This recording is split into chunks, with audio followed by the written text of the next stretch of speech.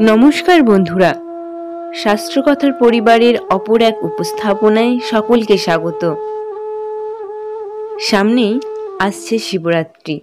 সেই দিনটিকে লক্ষ্য রেখে আমরা রাবণ বিরচিত যে শিবতাণ্ডব স্তোত্র, তার প্রত্যেকটি শব্দের অর্থ ও অনুবাদ আমরা জানব। যেহেতু এর প্রতিটি শব্দই দীর্ঘ সন্ধিযুক্ত, তাই সন্ধি ভেঙে এর অন্বয় ভিত্তিক পাঠ করতেও আমরা চেষ্টা করব। আশা করছি আপনাদের অবশ্যই ভালো লাগবে। চলুন জেনে নিই স্তোত্রটি। যেহেতু স্তোত্রটি দীর্ঘ, তাই কয়েকটি পার্টে আমরা সম্পূর্ণ স্তোত্রটির অর্থ ও অনুবাদ জানব।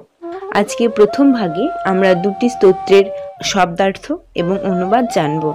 চলুন জেনে নিই। প্রথম স্তোত্রটি হল जटाटवीगलज्जल प्रवाह पावितस्थले गलेव लम्ब्य लम्बितं भुजङ्गतुङ्गमालिकां डमड् डमड् डमड् डमड् निनादबड्डमर्वयं चकार चण्डताण्डवं तनोतु नः शिवः शिवम्।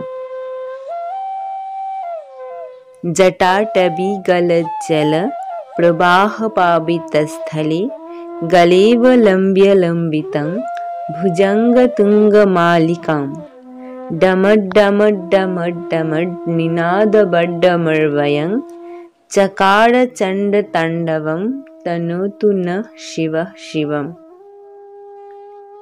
এর শব্দার্থ এবং অন্বয় ভিত্তিক পাঠ আমরা দেখে নেব। জটা শব্দের অর্থ জটা। অটবী অর্থাৎ বন বা জঙ্গল। গলদ জল অর্থাৎ প্রবাহমান জল। এর আর একটি অর্থ হতে পারে গলায় প্রবাহিত জলও বলা যেতে পারে। প্রবাহ শব্দের অর্থ নদী। পাবিত অর্থাৎ পবিত্র। স্থলে অর্থাৎ স্থানে। গলে অর্থাৎ গলার। অবলম্ব্য অর্থাৎ অবলম্বন। লম্বিতাং অর্থাৎ লম্বা। ভুজঙ্গ শব্দের অর্থ সর্প। তুঙ্গ অর্থাৎ বড়। মালিকাম অর্থাৎ মালা। ডমড ডমড ডমড ডমড অর্থাৎ ডম ডম ডম ডম, ডমরুর আওয়াজ। নিনাদ, নিনাদ শব্দের অর্থ কি না লয়ময়ী আওয়াজ, অর্থাৎ যে আওয়াজের সুর মিশ্রিত আছে, অর্থাৎ সুরময়ী আওয়াজকে নিনাদ বলে। সুরময়ী আওয়াজকেই নিনাদ বলে। বড শব্দের অর্থ বড়। ডমর বয়ং অর্থাৎ ডমরু বাদক। চকার, চকার শব্দের অর্থ হল কড়া। চণ্ড অর্থাৎ ভয়ানক। তাণ্ডবম অর্থাৎ রৌদ্র নৃত্য। রৌদ্র নৃত্যকে বলা হয় তাণ্ডব।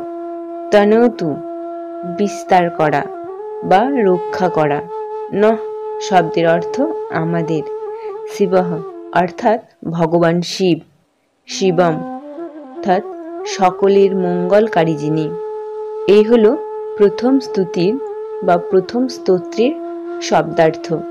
এবার এই স্তোত্রের অনুবাদ আমরা জেনে নেব।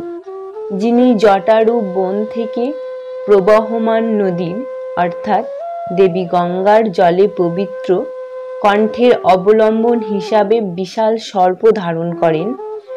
ডমরুতে ডম ডম ডম ডম এই লয়ময়ী আওয়াজ করে যিনি ভয়ানক রৌদ্র নৃত্য করেন, সেই কল্যাণকারী শিব আমাদের রক্ষা করুন।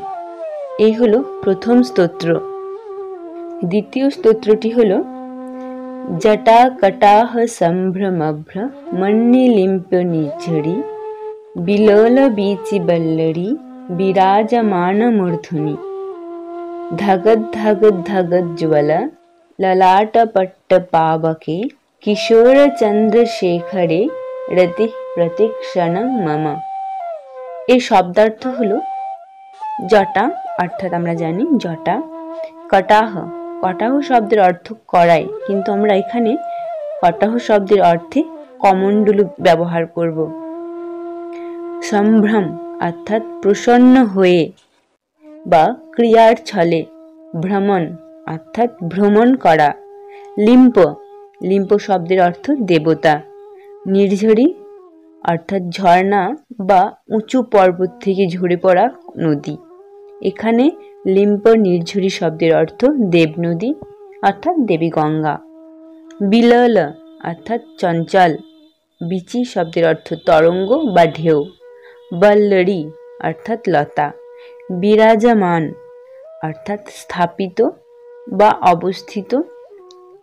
আর একটা অর্থ হতে পারে সূর্যের আলো পড়লে যেমন ঝিলমিল করে, সেই ঝিলমিল ভাবকেও অনেক সময় বিরাজমান বলা যেতে পারে।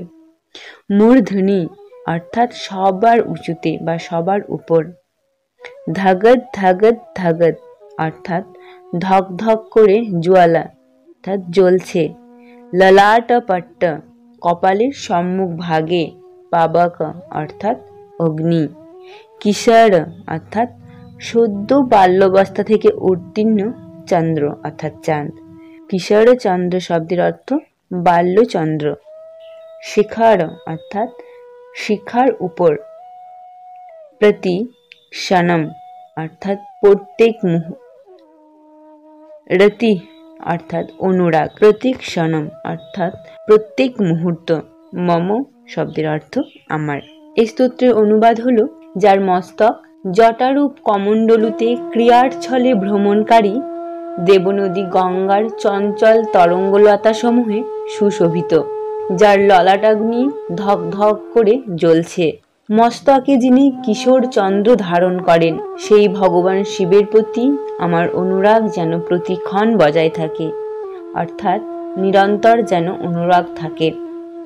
বন্ধুরা, আমরা জেনে নিলাম রাবণ বিরচিত শিবতাণ্ডব স্তোত্রে দুটি স্তোত্রের শব্দার্থ, অন্বয়ভিত্তিক পাঠ ও অনুবাদ।